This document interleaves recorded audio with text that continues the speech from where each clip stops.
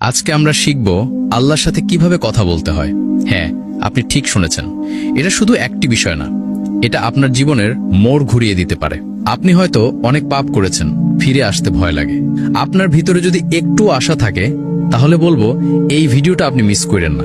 কারণ এই ভিডিওতে আপনি জানবেন আপনি কিভাবে নিজের ভাষায় আল্লাহর সাথে কথা বলবেন, কিভাবে ছোট্ট একটা দোয়া আপনার আখিরাত বদলে দিতে পারে। এই ভিডিওটা আপনার ও আল্লাহর মাঝে একটা নতুন দরজা খুলে দিতে পারে।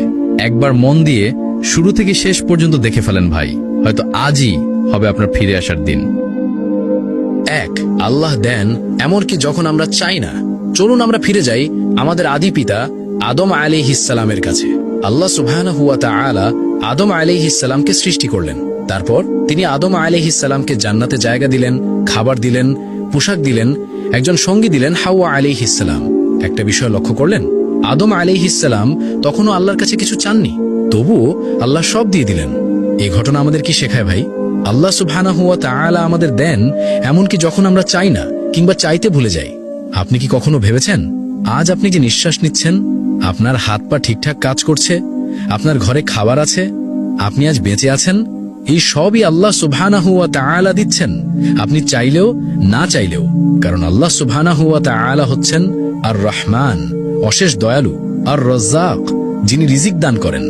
আপনি যদি কখনো ভাবেন আল্লাহ তো আমার দোয়া কবুল করেন না, তখন একবার ভাবুন, আমি তো চাইওনি, তবুও কত কিছু আল্লাহ সুবহানাহু ওয়া তাআলা দিয়েছেন।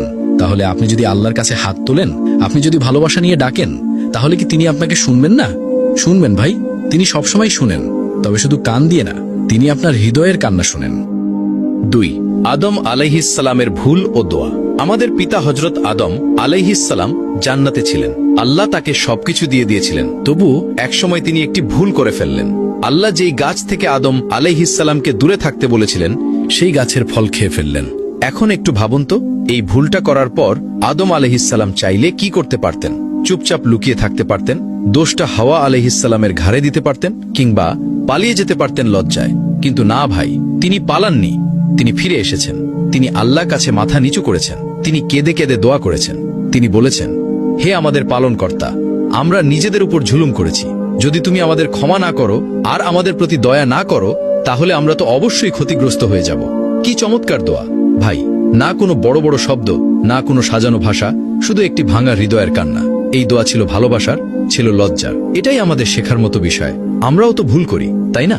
আমরাও অনেক সময় গুনাহ করে ফেলি, কিন্তু তখন কি করি? আমরা দোষ চাপাই অন্যর উপর, না হয় ভাবি আল্লাহ তো আমাকে আর ক্ষমা করবেন না। ভাই, এমন ভাবা যাবে না। আমাদের পিতা হযরত আদম আলাইহিসসালাম যদি